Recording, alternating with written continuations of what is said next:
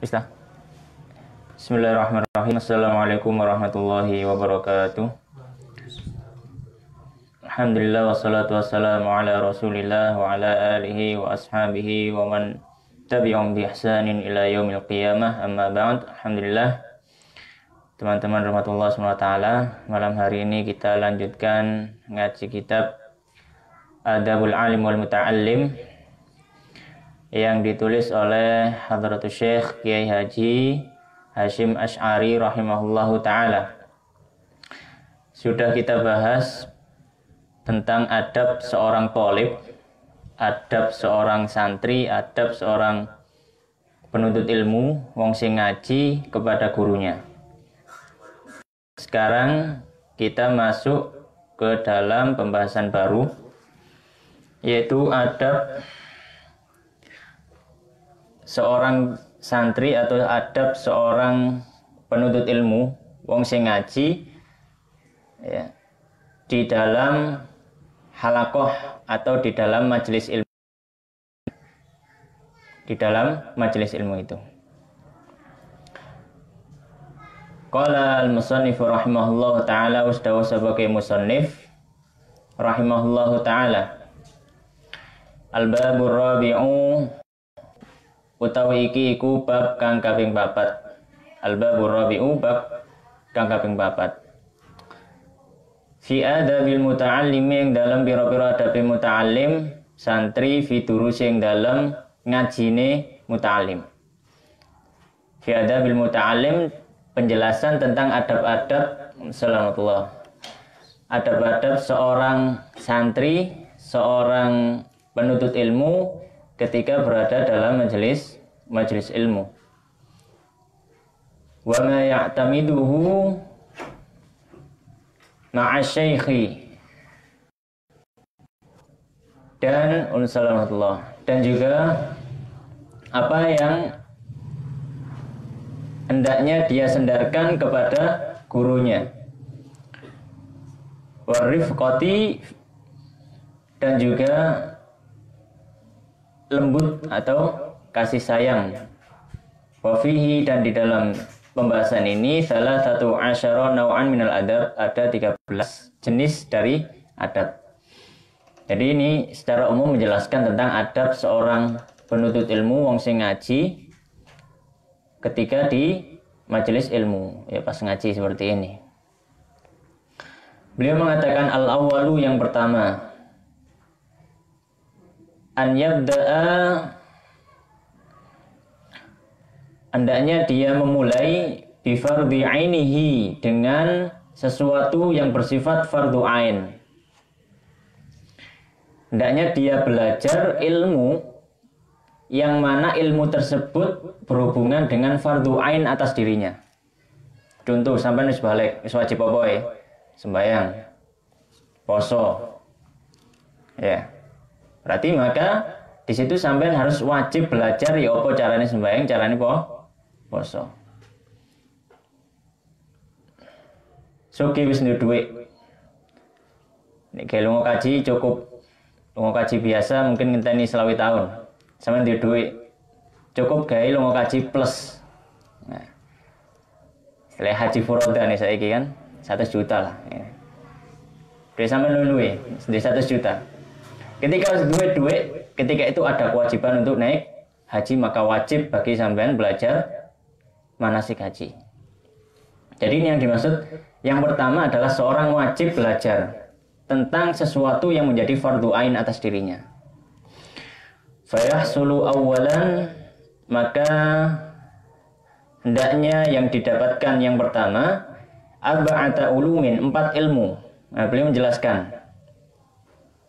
menjelaskan contoh dari fardhu ain, ada 4 yang hendaknya dipelajari. Yang pertama ilmu dzatil aliyah, ilmu tentang zat Allah, ilmu tentang zat Allah, yaitu tentang keberadaan Allah SWT. Tapi ini ilmu secara umum saja, cukup kita sudah tahu, kemudian sudah yakin dalam hati bahwasanya Allah SWT itu adalah ada. Ya. Tidak perlu kita terlalu mendalami kalau memang bukan sesuatu yang bersifat fardu ain. Jadi yang sifat fardu ain itu hanya keyakinan kita bahwasanya Allah ada. Sudah, itu cukup. Ya. Wa yakfihi, Assalamualaikum. Wa yakfihi, dan cukup baginya an ya'taqidahu, untuk meyakini annaha, bahwasanya zat Allah itu mawjud. Ya, mawjud, ada. Kita yakin Allah SWT ada.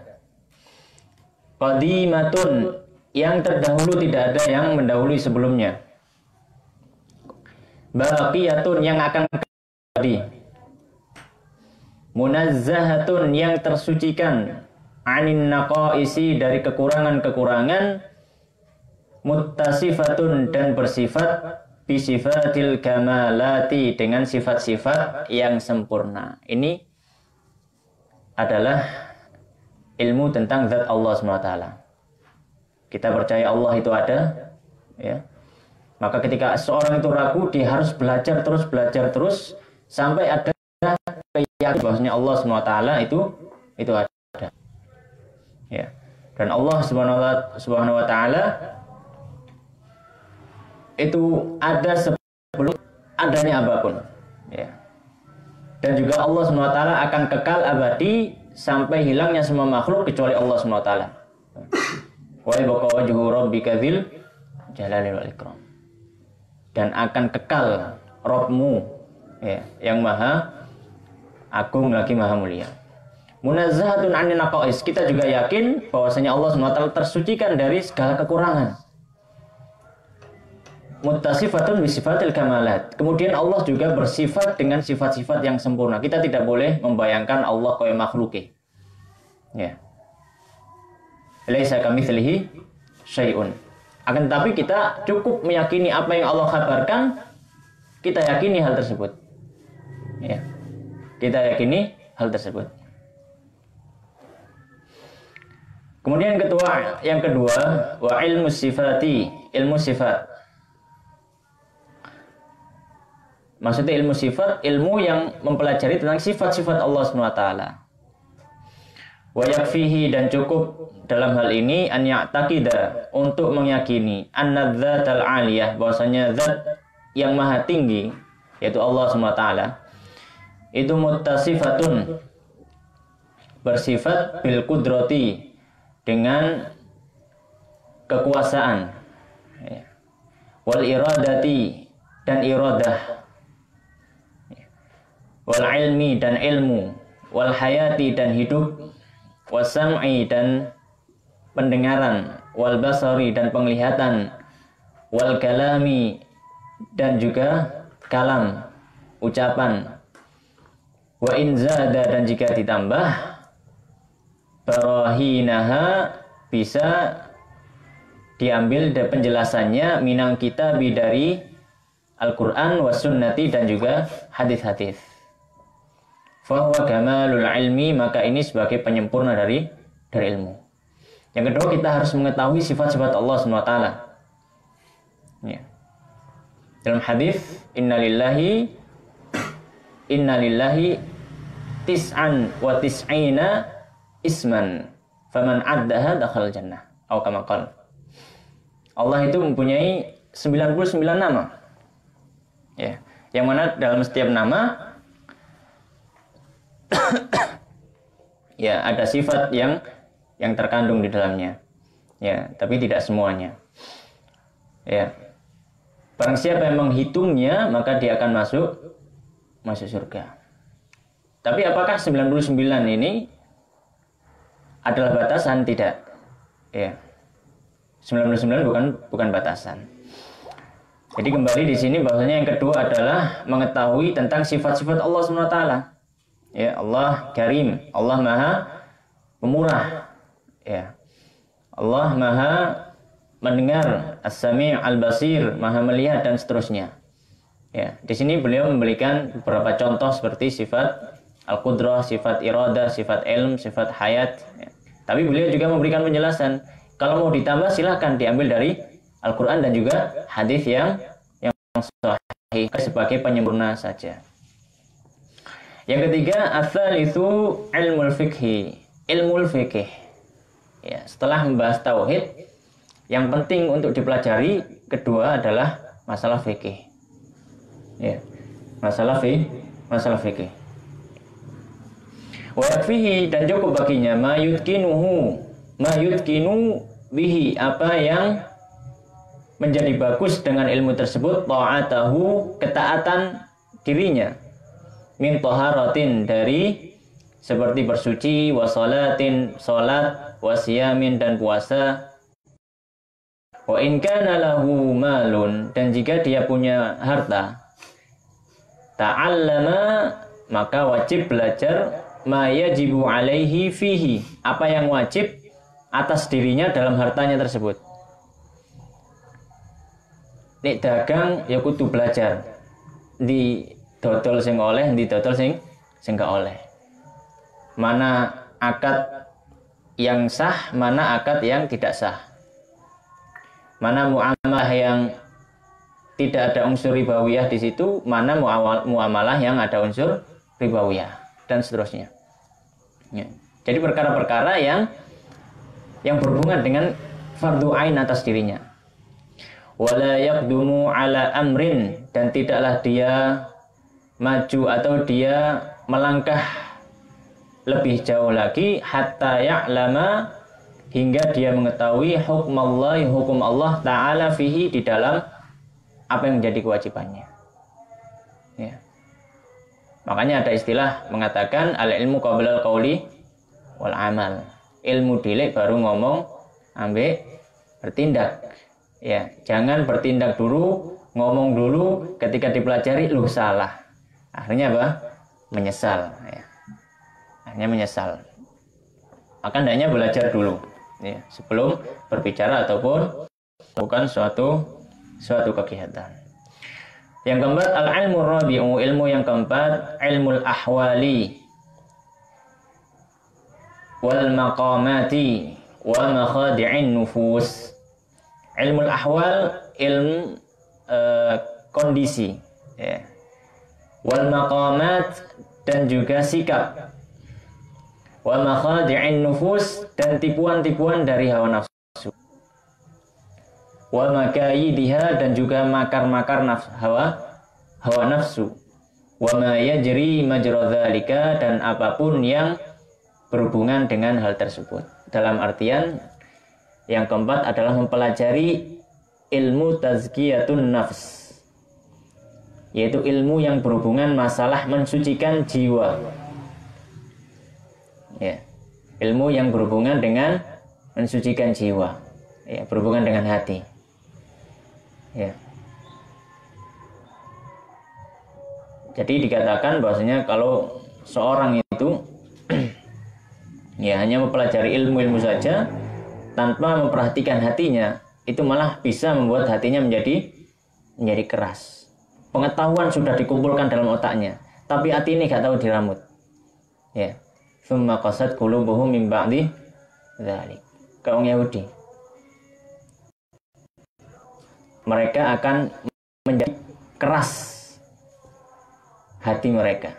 Ya, maka seorang muslim selain menambah pengetahuannya, juga ngeramut hati ini, gitu. Ngeramut hatinya. Maka tidak kita dapati orang-orang soleh terdahulu, para alim, para ulama, imam-imam, Imam Syafi'i, Imam Malik, Imam Ahmad, dan lain sebagainya. Mereka luar biasa dalam masalah ilmu. Ya, Imam Syafi'i, ya, disebutkan bahwasanya beliau mengumpulkan ilmu timur dan barat.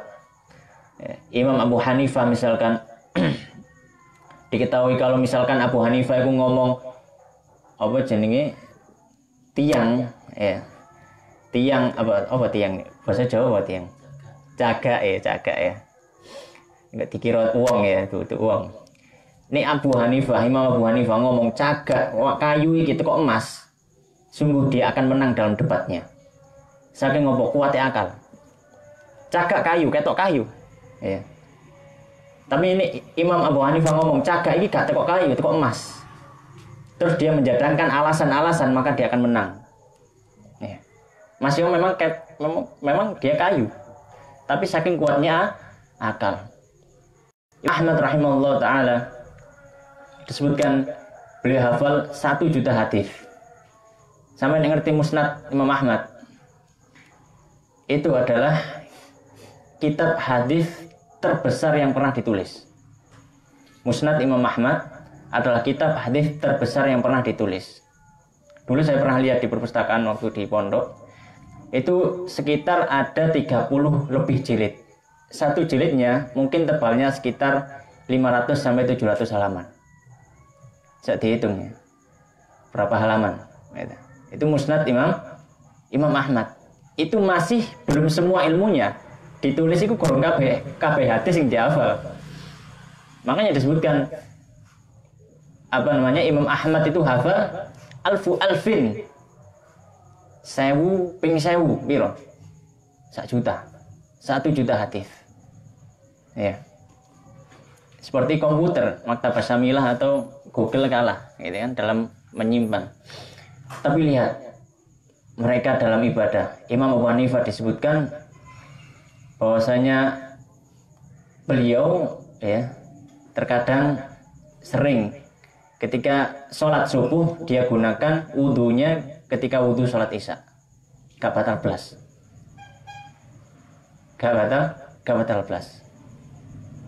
Imam Ahmad bin Hanbal rahimahullah ta'ala ya.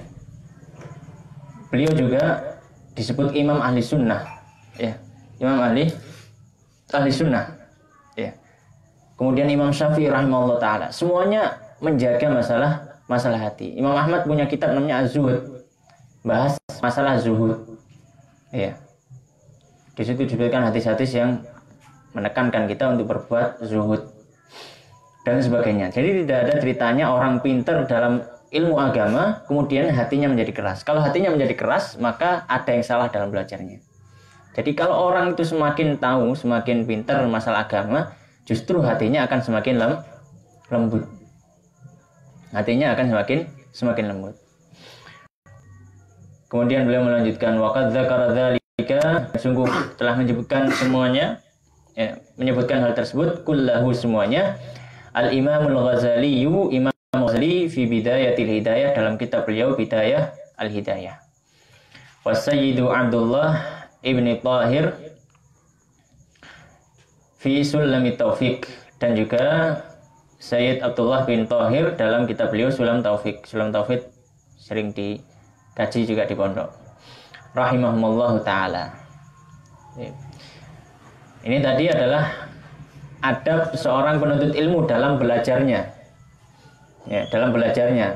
Ya, hendaknya dia belajar tentang sesuatu yang berhubungan dengan fardu ain dalam ibadah dirinya. Ya. Kemudian yang kedua, wasani, beliau melanjutkan an yutbi'a fardhu ainihi, hendaknya dia ikuti fardhu ainihi, ilmu yang berhubungan dengan fardu ain untuk dirinya, bi ta'allumi kitabillahil aziz, dengan tetap Al-Qur'an, fayutkinuhu, maka hendaknya dia itqonkan, dia baguskan Al-Qur'annya itqanan jayidan, ya, dengan berbagus yang sangat bagus gitu. Jadi jangan lupa belajar ngaji, dalam artian ngaji baca Al-Qur'an. Ya. Jangan sampai kita hanya ngaji info kajian didatangi gitu kan. Ya, ngaji seperti ini datang, ya, ngaji kitab datang, tapi Quran ini gak tahu dijemuk belas. Wah, ini salah. Ini sangat fatal, sangat salah. Ya. Bahkan para ulama dulu ya ada yang mensyaratkan ini ono arek sing ngaji, Assalamualaikum. Ono arek anyar ngaji gitu kan. Kalau zaman dulu ya, ini ono arek anyar ngaji takoni, wis hafal Quran. Dereng, mulai sih.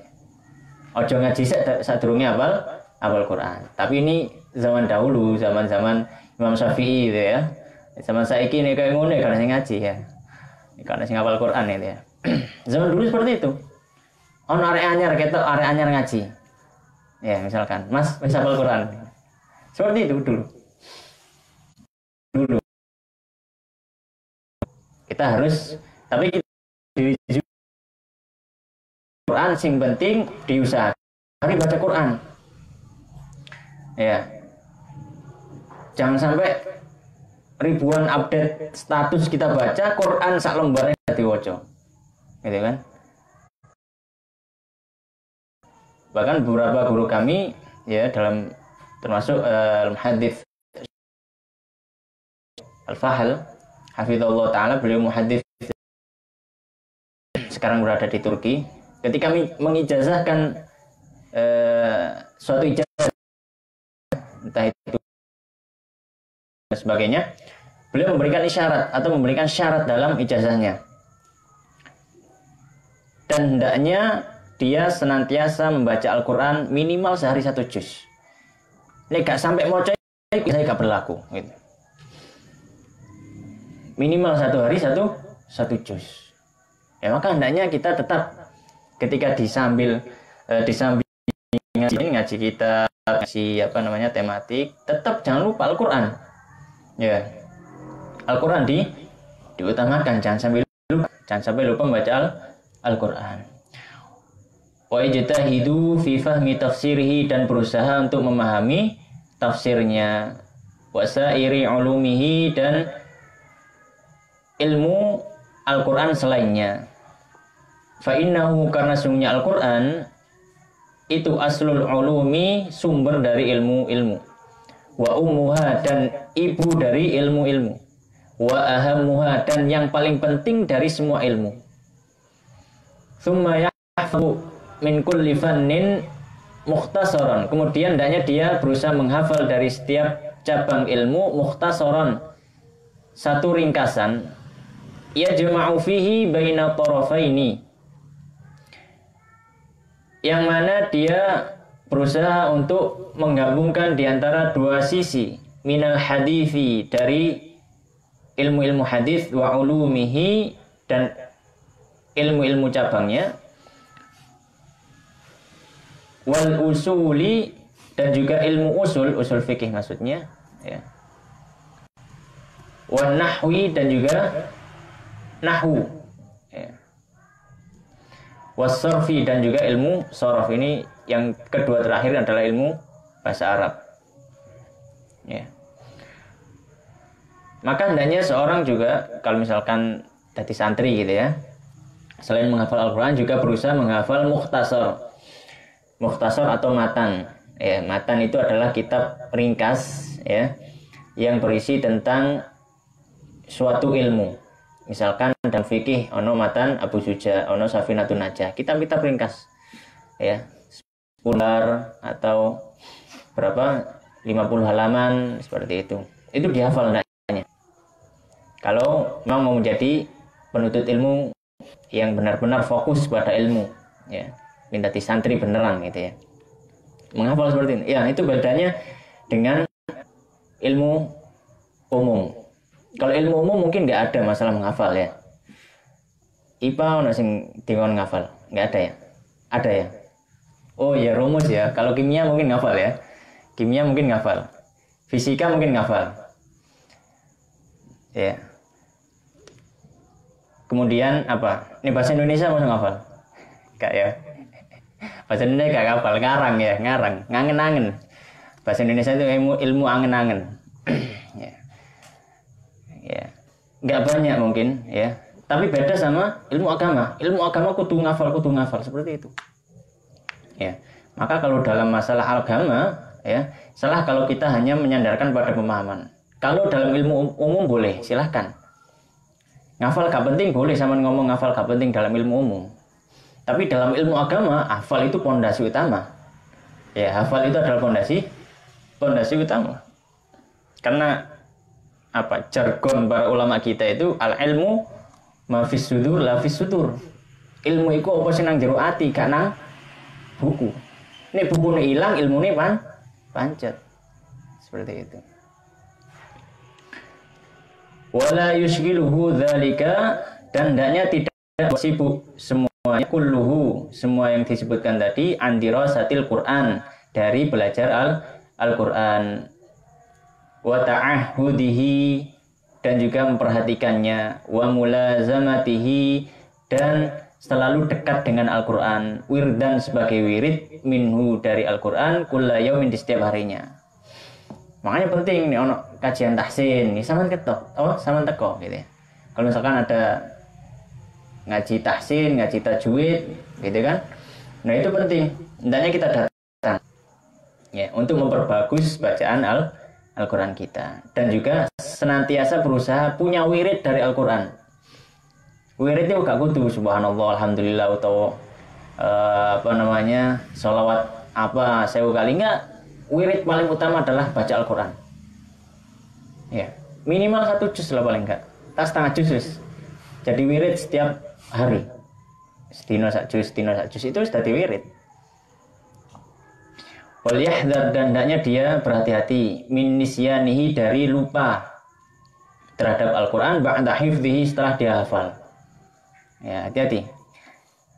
Faqad warada fihi, sungguh telah ada di dalam hal tersebut ahaditsu tazjaru anhu, hadis-hadis yang mengancam tentang orang yang lupa terhadap Al-Quran, melupakan Al-Quran, sengojo lali. Dalam kitab At-Tibyan yang kita kaji setiap Rabu ketiga itu, Muhajirin, ya ada di situ pembahasan tentang hadis atau penjelasan tentang orang yang lupa terhadap Al-Quran. Iya. Bahkan ada beberapa yang mengatakan lupa terhadap Al-Quran masuk dalam kategori dosa besar kalau memang sengaja melupakan. Makanya salah satu adab ketika dia lupa Al-Quran, maka jangan dia mengatakan saya lupa, tapi katakan saya dilupakan. Ya, saya dilupakan. Maka hendaknya kalau sudah punya hafalan dijaga terus. Ya, dengan dibuat sholat, dengan dibaca. Wastaghilu bi syarhi dzalika al-mahfuzat. Wastaghilu, dan hendaknya dia sibuk bi syarhi, dengan mempelajari syarah atau penjelasan dzalikal mahfuzat yang sudah dihafal, alal masyayikhi, kepada guru. Nah, ini penting. Ya, mengambil ilmu dari guru. Sudah hafal. Misalkan hafal juz 30 lah. Juz 30 juz amma ya kan? Sudah hafal juz amma, ya. Ada kajian tafsir juz amma, datangi. Wis apal materinya, tinggal penjelasannya saja diambil dari guru. Ya. Kalau tidak bisa, paling enggak ambil dari YouTube. Saya bilang gampang ya. Kajian-kajian enggak benang YouTube. Yang penting jangan sampai ambil penjelasan sebuah kitab itu dari diri sendiri atau hanya bergantung dari membaca saja. Enggak. Tapi paling enggak sampean sudah pernah khatamkan kitab itu, membacanya ya, atau sudah pernah belajar pada seorang guru.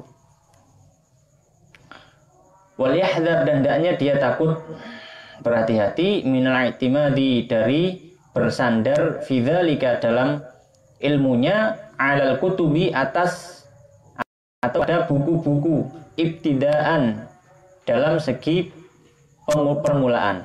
Maksudnya ketika dia baru belajar langsung ngambil dari buku. Ya. Gak tahu teko kajian, gak tahu mondok, gak tahu kuliah masalah agama misalkan, gak tahu ngaji kepada masyayikh atau guru, kiai, gus dan sebagainya, tapi langsung sementing bahasa Arab langsung belajar. Nah, ini yang tidak boleh. Ibtidaan. Tapi kalau sudah pernah mulazamah, sudah pernah belajar, sudah pernah ngaji, gitu kan? Nah, boleh kemudian dia membaca sendiri, ya.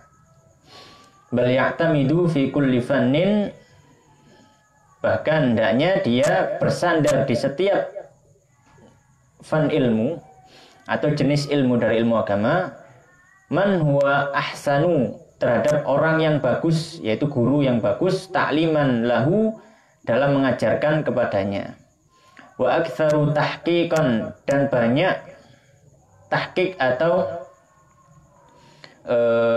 perhatiannya fihi, di dalam jenis ilmu tersebut. Ya. Maka seorang guru yang mengajarkan satu kitab tapi berkali-kali itu lebih bagus ya dalam segi kitab tersebut daripada seorang yang mengajarkan berbagai macam kitab tapi hanya ambil sekali dua kali gitu saja. Salah seorang ini apa yang disampaikan oleh salah seorang guru kita. Beliau mengatakan bahwa kalau kita misalkan ambil ada kiai misalkan yang ngajarkan dia cuma atau dia sudah mengajarkan tafsir Jalalain misalkan, itu berjalan selama 30 tahun, itu lebih afdol daripada ustadz atau syekh atau guru ya yang mungkin lulusan luar negeri tapi baru ngajar tafsir Jalalain ketika itu, dan itu pun sebelumnya dia belum pernah belajar, meskipun dalam tanda kutip strata ilmunya, strata keilmuannya lebih tinggi. Kenapa? Karena si guru tadi sudah khatam kitab tersebut sudah berapa kali. Itu lebih bagus ya dalam kitab itu saja, bukan dalam seluruh ilmu. Nah, ini dalam segi mencari ilmu. Ya. Sama juga seperti dokter gitu kan. Dokter kan ada dokter spesialis gitu kan. Dokter spesialis, ada dokter umum, ada dokter spesialis ya.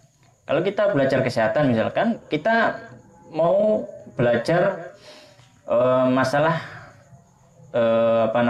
kesehatan anak misalkan contohnya. Ya, dokter umum tahu. Ya, dokter umum tahu. Tapi ada spesialis di situ yang mana dia dia hanya berkutat pada kesehatan anak. Itu yang lebih bagus untuk diambil masalah ilmu kesehatan anak. Ya. Jadi ini berlaku untuk ilmu dunia yang lainnya juga.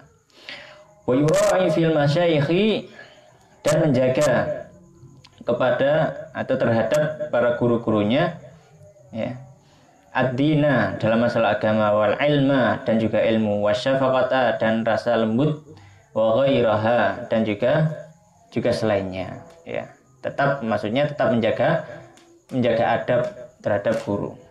Wal ya'khudh minal hifdzi wasyarhi, dan hendaknya dia mengambil dari hafalan dan juga penjelasan, ma yumkinuhu apa yang memungkinkan untuk dirinya, wa yutiquhu apa yang dia mampu, halahu wa yutiquhu halahu ya.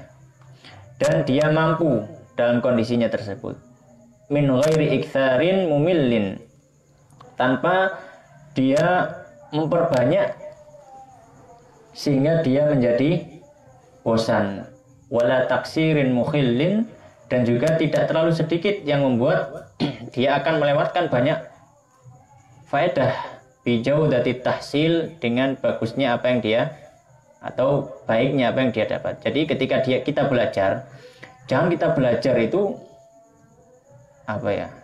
sak-dek gitu ya, langsung materi kuliah ya, misalkan ketika mau ujian baru dibuka KB gitu kan. Sebenarnya ya istilahnya SKS ya, kalau anak-anak SKS ya, sistem malam gitu ya. Ketika kuliah semester awal pertama kali masuk sampai ujian gak tahu dibuka. Ketika ujian baru dibuka buku nih. Ya. Maka jangan seperti itu. Jangan seperti itu. Maka dalam belajar ada istilah murojaah. Ya. Dibuka-buka kembali ketika pulang ini sampean mulai tau ngaji ya, kok omah dibuka-buka dia ngenangen, oh iya sing di wis tak iso tak amalno, sing di kurung iso tak amalno, sing kurung paham, sing di paham. Nah, itu penting murojaah. Supaya tidak ada istilah tadi SKS tadi, sistem kebut semalam. Ya. Itu akan membuat kita bosan. Ya.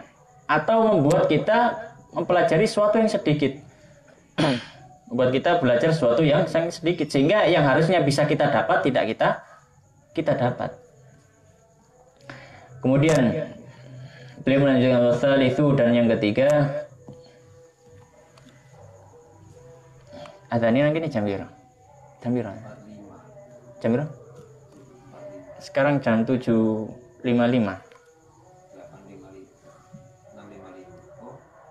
Sekarang jam 7.55. Sekarang jam 6.55 ya sih. Iya. 6.57. Iya. Baik. Cek. Kita lanjutkan sedikit. Wasali sudah yang ketiga, yahdara, hendaknya dia berhati-hati fibtidai amrihi dalam ketika pertama kali belajar, minal istighali, dari sibuk, fil ikhtilaf, dalam permasalahan khilaf perselisihan bainal ulama, di antara para ulama. bainan nasi dan di antara manusia mutlakon secara umum fil aqliyati dalam masalah ilmu akal, ilmu logika, wasamit dan ilmu akal, ilmu yang menukil dari kitab atau Al-Qur'an ataupun hadis. Fa innahu karena hal tersebut yuhairudz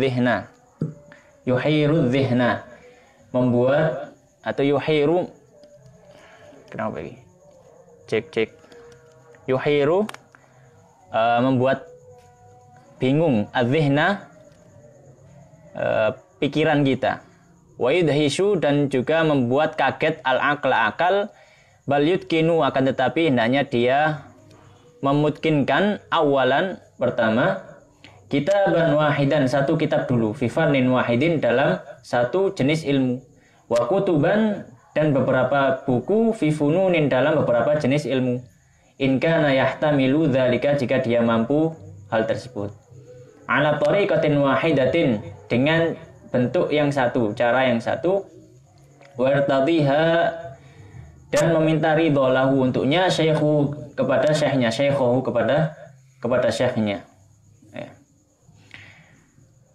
Fa in kanat tariqatu syekhihi jika model cara mengajar gurunya naqlal madzahibi dengan menukil mazhab dalam fikih misalkan ada guru yang mengajarkan seperti itu langsung belajar studi komparasi ya kunut Maliki ini Ahmadi ini Hanabilah ini Maliki ini Syafi'i ini Hanafi ini gitu studi komparasi wal ikhtilafi dan juga perbedaan walam yakun lahu ra'yun ya wahidun dan dia tidak memiliki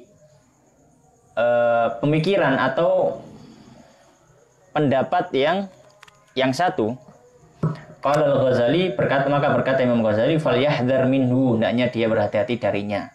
Fa inna dararahu karena sungguhnya kemudaratannya aktsaru minan naf'i bihi lebih banyak daripada faedahnya. Pertama kali belajar fikih misalkan hendaknya belajar satu buku dulu, satu kitab dulu dan juga dengan cara penyampaian yang tetap. Jangan sampai orang atau murid itu dibuat bingung gitu kan. Ketika baru menyampaikan arek ket ngaji, terus masuk misalkan bahas masalah Al-Fatihah, masalah Al-Fatihah. Ketika sholat masuk masalah bismillah. Ya, bismillah iki apa? Bismillah iki masuk dalam Al-Qur'an ataukah tidak masuk dalam Al-Qur'an dijelaskan pendapat. Kemudian ya apa? Al-Fatihah iki diwaca pas sholat secara jahar atau sir. Ya. Kemudian dijelaskan akhirnya apa? Jadi bingung. Ya, orang yang mau belajar jadi bingung. Terus aku melok sing ndi kan gitu. Maka hendaknya ketika kita belajar ya, kita fokus pada satu kitab dulu. Ya. Kemudian kita mutkinkan. Ya, kita benar-benar paham apa isinya gitu. Dan dengan satu cara. Ya. Misalkan kalau mazhab ya dengan mazhab itu misalkan kita Syafi'iyah, misalkan kalau di negara kita Syafi'iyah, kita ambil mazhab Syafi'i dulu. Gak usah toleh-toleh nang liyane. Ya, misalkan Al-Fatihah dalam Syafi'i, bismillah jahar, digetno. Ya wis dijelaskan itu saja, gak usah kita kasih penjelasan tapi ono mazhab sing ini, ono mazhab sing ini. Nah, itu sebagai tambahan saja, imbuhan saja dalam rangka kita lebih bertasamuh ketika bermuamalah. Tapi ketika mengajarkan, cukup ajarkan ya, dalam mazhab Syafi'i seperti ini. Wis. Ya.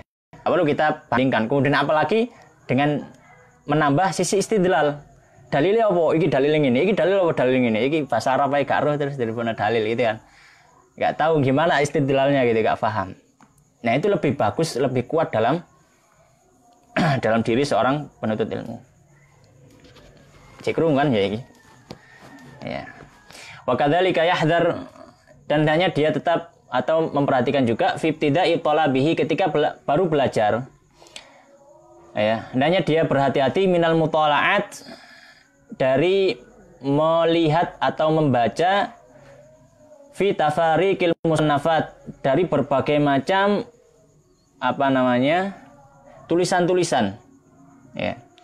Fa innahu yudayyi'u zamanihi, karena itu bisa membuat dia menyia-nyiakan waktunya. Wa yufarriqa dhihnahu, dan memecah belah pikirannya. Bal yu'til kitaba, akan tetapi dia berikan satu kitab alladzi yaqra'uhu, yang dia baca. Au alfanna, atau jenis ilmu alladzi ya'khudhu, yang dia ambil kulliyatahu, dengan seluruh perhatiannya. Ya. Hatta yutqinahu, sampai dia benar-benar faham apa yang di dalam kitab tersebut. Jadi jangan ketika kita misalkan, Mas Andro apa jurusan nih? Bahasa Indonesia. Wes moco ilmu-ilmu tentang bahasa Indonesia saja. Sampai coba rek ono misalkan masalah sejarah misalkan, gitu. Coba dibuka-buka. Nah, itu tidak bagus. Kenapa? Karena membuat apa yang dia pelajari, ya, jadi tidak fokus. Pikiran jadi ambiar. Akhirnya apa? Apa yang dia pelajari akan mendapatkan sedikit saja. Ya. Jadi ini penekanan terhadap fokus dalam belajar itu penting. Ya.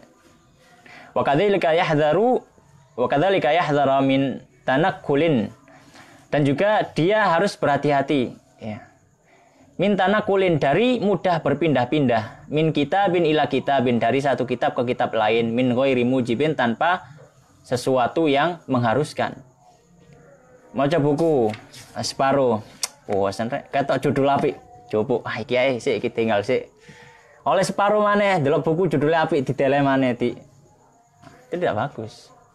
Khatamkan dari kulit ke kulit, dari sama ke sama, gitu.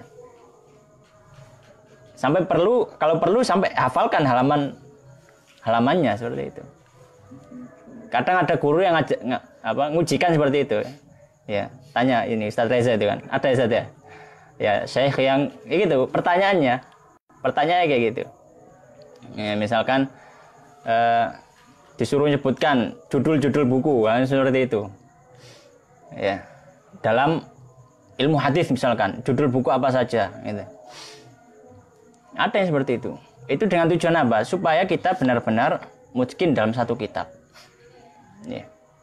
Fa innahu alamatud dhajri wa adamul falah, karena hal tersebut adalah tanda dari kegagalan, wa adamul falah, dan tidak keberhasilan, dan tidak adanya keberhasilan. Wa amma idzan taha, akan tetapi kalau sudah selesai, wa ta'akkadat, dan sudah masuk ma'rifatuhu, ilmu yang dia baca, fal awwalu, maka yang pertama kali, an la yada'afannan minal ulumi syar'iyyati illa nadhara fihi, tidaklah dia meninggalkan satu jenis ilmu dari ilmu-ilmu syar'i kecuali dia melihat dulu di dalamnya.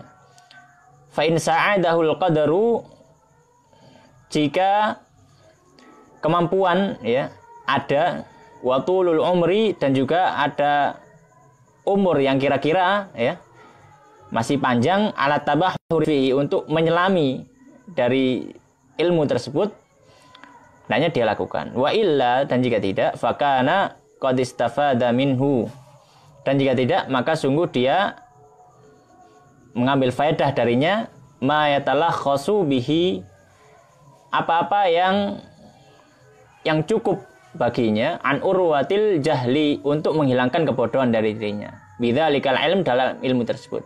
Kalau seorang sudah misalkan ngambil studi hadis misalkan, dia sudah cukup dalam gitu kan dalam ilmu hadis tersebut, kemudian dia ingin melirik ilmu yang lain, ilmu fikih misalkan, ya, maka dilihat dulu, diperkirakan dulu, kira-kira dia mampu nggak untuk masuk dalam ilmu fikih, dan juga umurnya cukup nggak kira-kira. Kalau nggak cukup, atau kalau nggak mampu, maka cukup tahu apa ya istilahnya itu, tepinya saja, supaya tidak bodoh-bodoh amat gitu loh, gak ngerti blas aja, sampai gak ngerti blas dalam masalah ilmu fikih misal, meskipun hanya sampingnya saja, tapi dia masih punya takhusus, punya spesialis gitu kan. Karena orang kan semakin tinggi kalau di kuliahan kan semakin tinggi strata ilmunya kan dia semakin mengerucut, gitu kan. Ini S1 paling apa namanya? Atau dokter misalkan, dokter pertama kali mungkin dokter umum ya. Kemudian ngambil lagi spesialis gitu. Jadi semakin tinggi ilmu itu semakin mengerucut, bukan semakin seperti ensiklopedia gitu. Iya, orang yang ilmunya mengerucut itu lebih bagus daripada orang yang seperti ensiklopedia. Semua ilmu tahu tapi kayak jebuk titik gitu ya. Seperti itu. Nah, ini yang juga banyak terjadi ya. Banyak terjadi. Wal ya'tani, dan hendaknya dia perhatian min kulli fannin, dari setiap jenis ilmu bil aham, dari yang paling penting. Wala yaghfal 'anil 'amali bihi, dan tidak lupa untuk beramal dengannya. Ojo lali, ilmu agama iku tujuannya diamalno. Duduk gawe koleksi, gak gawe gaya-gayaan gitu kan. Hafal piro? Hafal 1000 hadis. Quran hafal 30 juz, alhamdulillah. Salat duha lali ya umang. Salat duha gitu ya. Alladzi huwal maqsudu bil ilm, yang mana amal itu adalah tujuan dari ilmu itu dipelajari. Baik, ini insyaallah kita lanjutkan di pertemuan berikutnya. Ono pertanyaan ya. Bismillah, Ustaz ingin bertanya, apa perbedaan usul fikih dan kaidah fikih? Yang kedua, apakah benar kita tidak boleh memberi hadiah kepada guru sebagai wujud terima kasih telah jika benar adakah dalil atau alasannya? Jazakallah khair.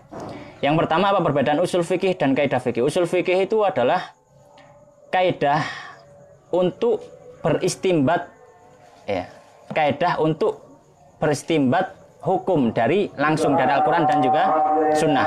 Ya. Tapi kalau biar kedengarannya. Tapi kalau kaidah fikih itu adalah kaidah-kaidah yang sudah diambil dari usul fikih, ya. Yang mana kaidahnya ini diambil dari usul fikih. Jadi gini, usul fikih ada tiga pokok dalam masalah fikih. Usul fikih, kaidah fikih. Usul fikih itu adalah cara kita untuk beristimbat dari Al-Quran dan juga Sunnah.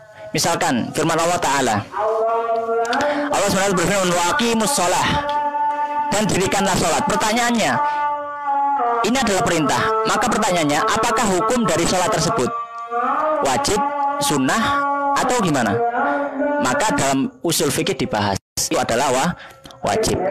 Kaidahnya apa? Kaidahnya ya, al-amru yaqtadil wujub. Perintah itu berkonsekuensi kewajiban. Karena di situ fi'il amr, ya, kata perintah, maka dia berkonsekuensi wajib. Nah, ini usul fikih. Jadi adalah kaidah-kaidah untuk mengambil hukum dari Al-Quran dan juga Sunnah. Fikih adalah hasil dari usul fikih. Hasil dari usul fikih. Gitu. Nah, kaidah fikih adalah satu kaidah yang mana dikumpulkan dari hasil fikih tadi. Ya, hasil fikih tadi. Ya. Misalkan dalam kasus-kasus fikih ya, dalam kasus-kasus fikih misalkan, kalau orang ketika safar tidak ada air, apa yang dilakukan? Ingin wudu, tidak ada air, apa yang dilakukan? Tayamum, ya. Kita tayamum. Jadi ada kemudahan di sini kan, ya. Ada kemudahan. Kenapa? Karena tidak ada air, sulit tidak ada air. Oke. Kemudian kalau misalkan seseorang ketika di dalam perjalanan, ya, kemudian dia tidak mendapati makanan, sedangkan dia lapar misalkan, ya, dapat makanan haram, ya, makanan haram, tapi dia lapar. Kalau tidak makan itu dia mungkin bisa mati. Dalam pikirannya, dalam perkiraannya dia akan mati. Maka di situ boleh untuk makan. Nah, ini kan kasus fikih. Dari kasus ini diambil sebuah kaidah umum, al-masyaqqah tajlibut taisir misalkan. Ya, atau ketika dalam safar misalkan sholat sholat harusnya zuhur 4 rakaat. Tapi ketika di perjalanan kesulitan, ini 4 rakaat ya mungkin bisa ketinggalan kereta ya, atau mungkin sulit mengerjakannya. Akhirnya ada kasus qasrus shalah, boleh kok qasar. Nah, dari kasus-kasus seperti ini diambil kaidah fikih. Jadi dia adalah kaidah yang diambil dari kasus-kasus fikih. Yang kedua, apakah benar kita tidak boleh memberi hadiah kepada guru? Atas siapa nggak boleh ya? Aku tiga hadiah ya gelem ya gitu ya. Atau guru gue pakai hadiah ya gelem gitu. Bahkan kepada muridnya boleh. Gitu. Guru kepada muridnya boleh. Ya jadi boleh. Bahkan kalau misalkan dia mengajarkan Al-Quran pun boleh kita berikan hadiah. Ya. Dalam satu hadis ya disebutkan, hadis yang sahih disebutkan Imam Nawawi dalam kitab Al-Tibyan. Inna haqqu man ta'khuduna anhu inna haqqu ma ta'khuduna minhu ya Al-Quran, atau aukamakal. Sungguhnya suatu yang paling berhak untuk kalian mengambil upah atas apa yang kalian lakukan adalah dalam mengajarkan Al-Quran. Ya, maka boleh memberikan hadiah kepada guru meskipun yang diajarkan adalah Al-Quran. Ya. Baik, ini yang bisa kita bahas pada kesempatan kali ini. Semoga bisa memberikan manfaat. Aku qouli hadza wa astaghfirullah li wa lakum wa lisa'iril muslimin wal muslimat wal mu'minin wal mu'minat wastaghfiruhu innahu wal ghafurur rahim. Subhanakallahumma bihamdika asyhadu an la ilaha illa anta astaghfiruka wa atubu ilaik. Assalamualaikum warahmatullahi wabarakatuh.